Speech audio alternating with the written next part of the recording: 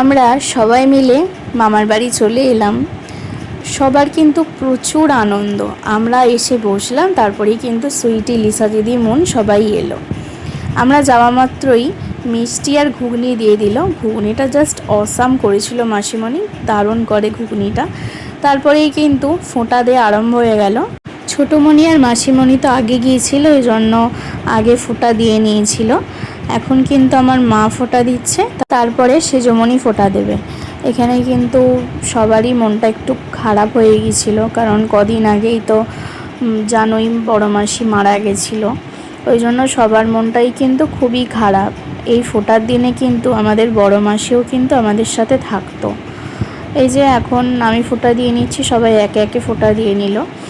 আগে ছোট দাদুকে ফোঁটা দিয়েছি, তারপরে কিন্তু তুতানকে এখন ফোঁটা দিয়ে নিচ্ছি। সবাই আমাকে রাগাচ্ছিল, বলছিল দাদাকে ফোঁটা দে। দাদা বলতাম বাবাইকে সবাই দাদা বলে ডাকে আর কি। আজকে গোটা দিনটা কিন্তু আমার মামার বাড়িতে থাকবো। সেই কাল সকালবেলাতে সবাই মিলে চলে যাব আর কি। সেটার জন্য আরও মজা কিন্তু হচ্ছে, সবাই মিলে অনেক আনন্দ করছে। রাত্রিবেলাতে গল্প হবে, আড্ডা হবে, সন্ধ্যাবেলাতেও গল্প হবে, আড্ডা হবে। এখন আমি তুতানকে আশীর্বাদ করে নিয়েছি। বিকালে আবার রাত্রি দিদি, বাবান দাদা দুজনেই আসবে। ওরা সকালবেলাতে আর আসতে পারিনি। এখন কিন্তু বাবাই সবাইকে একটা করে সেলিব্রেশন গিফট করছে। আগে লিসা দিদিকে দিয়ে দিয়েছিল, সুইটি বলল না না তুমি আর একবার নিয়ে আর একবার দাও, কারণ ছবি ভিডিওটা তখন অন করিনি আর কি। এই যে এখন সবাইকে একটা করে সেলিব্রেশন দিয়ে দিচ্ছে। এটাই কিন্তু সবার জন্য গিফট আনা হয়েছে।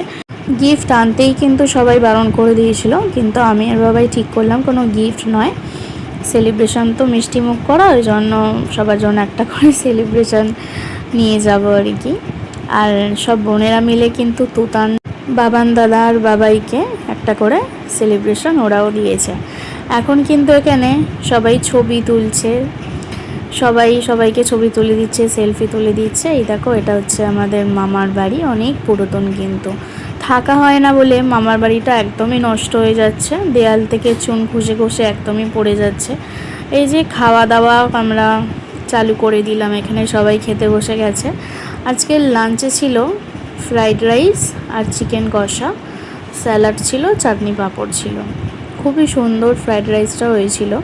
তারপরেই আমরা খাওয়া দাওয়া করে একটা গেম খেলছিলাম। শাম্মামু এসেছিল। প্রত্যেক বছরই কিন্তু ভাইফোঁটাতে শাম্মামু এসে একটা করে গেম খেলায়। এখন আমি, সুইটি আর বাবাই একটু বেরিয়েছি।